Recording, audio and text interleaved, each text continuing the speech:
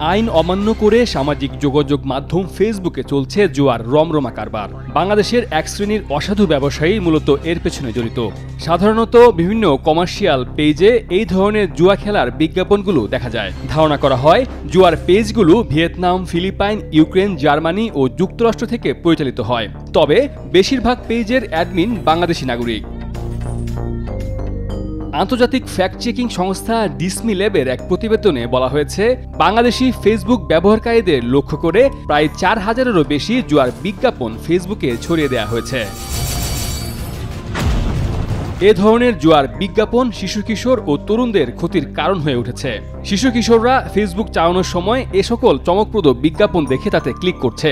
এভাবে তারা অল্প বয়সে জুয়ার সঙ্গে পরিচিত হচ্ছে। তরুণরাও বাড়তি অর্থ উপার্জনের আশায় এ সকল জুয়ার গেমিংয়ের সাথে জড়িয়ে পড়ছে, যা এই দুই শ্রেণীর মানসিকতার অবক্ষয় ঘটাচ্ছে।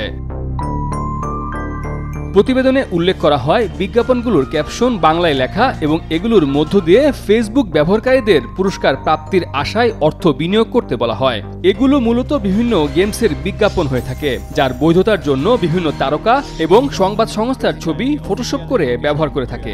বাঙালি এই খেলা থেকে ১ লক্ষ টাকা অধিক। প্রতিবেদনে বলা হয়, ডিসমি ল্যাবের অ্যাড লাইব্রেরিতে ৫০টি এমন বিজ্ঞাপন খুঁজে বের করেছে যারা বিভিন্ন তারকা ও সংবাদ সংস্থার ছবি ব্যবহার করেছে। সবচেয়ে বেশি ব্যবহার করা হয়েছে ক্রিকেটার সাকিব আল হাসানের ছবি, যা মূলত এআই প্রযুক্তি ব্যবহার করে করা হয়েছে। আপনার সমস্যাগুলো সমাধান করবে এবং এ সকল বিজ্ঞাপনের বেশিরভাগই ভুয়া। তাতে থাকে না কোনো লাইক, কমেন্ট কিংবা ফলোয়ার। বছরের পর বছর ধরে প্রচারিত হয়ে আসছে এ সকল লোভনীয় বিজ্ঞাপন। প্রতিবেদনে উল্লেখ করা হয়, প্রতিটি বিজ্ঞাপনে দিন প্রতি খরচ হয় $1। বিজ্ঞাপনের অবস্থান ও জনপ্রিয়তা ভেদে এর মূল্য আরও বেশি হতে পারে। বিজ্ঞাপন দাতারা প্রতিদিনের এই খরচের নিয়ম মান্য করেন না। এর মানে হচ্ছে জুয়ার গেমিংয়ের বিজ্ঞাপনের খরচ আরও বেশি হতে পারে। বাংলাদেশে এসব কর্মকাণ্ডকে অপরাধ হিসেবে বিবেচনা করা হয়।